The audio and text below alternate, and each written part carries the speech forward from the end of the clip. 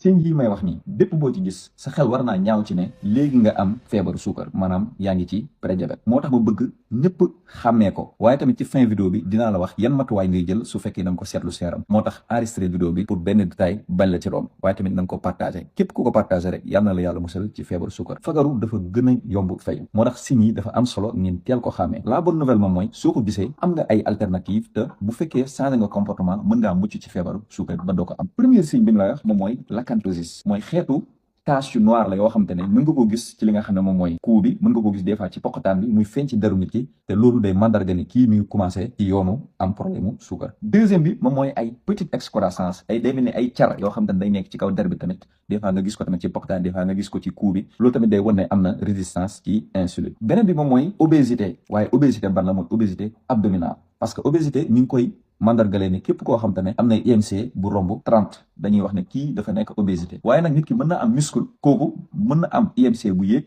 waaye soo xoolee muscle moo ëpp moo tax nag ñu siy boole li nga xam ne moo di tour de taille su fekkee da nga am IMC bu romb 30 ba pare sa tour de taille bii ñi daal di yokk maanaam nga am biir boobaa tamit na nga def très attention parce que mën na nekk signe boo xam te ne yaa ngi ci prédiabète leneen li moom mooy nga am li ñuy wax double menton maanaam sa fii ñi da nga am fii ñi genre bos bu ngande fii ci suuf loolu tamit mën na nekk signe prédiabète wala sax li nga xam ne moom mooy bos fii ci ginnaaw ñu naan ko bos de bison ñu bari balaa ñoo am suukar dañuy présenter signes yi ma lay wax ni su fekkee nag dem nga ci laboratoire defalee analyse lii di glycémie AGM mu nekk ci diggante 1,10 ba 1,26 boobu tamit dañuy wax ne da nga nekk ci prédiabète wala sax ñu defal la beneen analyse bu ñuy woowee hémoglobine glycée mu nekk ci diggante 5,7 ba 6,4 yow tamit yaa ngi ci prédiabète da ngaa war a changer sa comportement loolu moom day firndal ne biologiquement que ne yow sa suukar gi mu ngi ci yoonu doon diabète li nga war a njëkk a def na mooy nga commencer di def activité physique ak musculation surtout musculation parce que muscle yi ñoom ñooy gën a consommer suukar donc su fekkee yaa ngi def musculation dina mën a consommer suukar bi nga xam ne moom mooy en excès ci sa biir deret waaye nag sport bi dafa war a nekk sport bu régulier bul def ne benn yoon ngay entraîner ci semaine bi rey ci sa bopp daal di toogaat soo mënee ngay def sax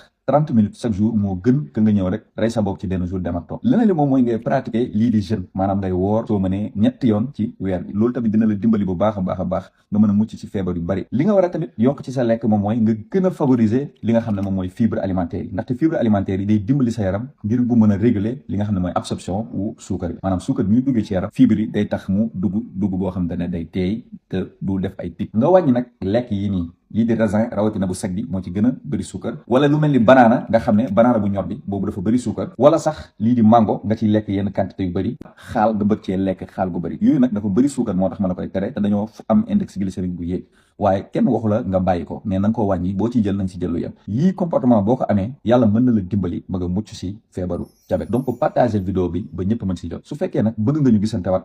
abonné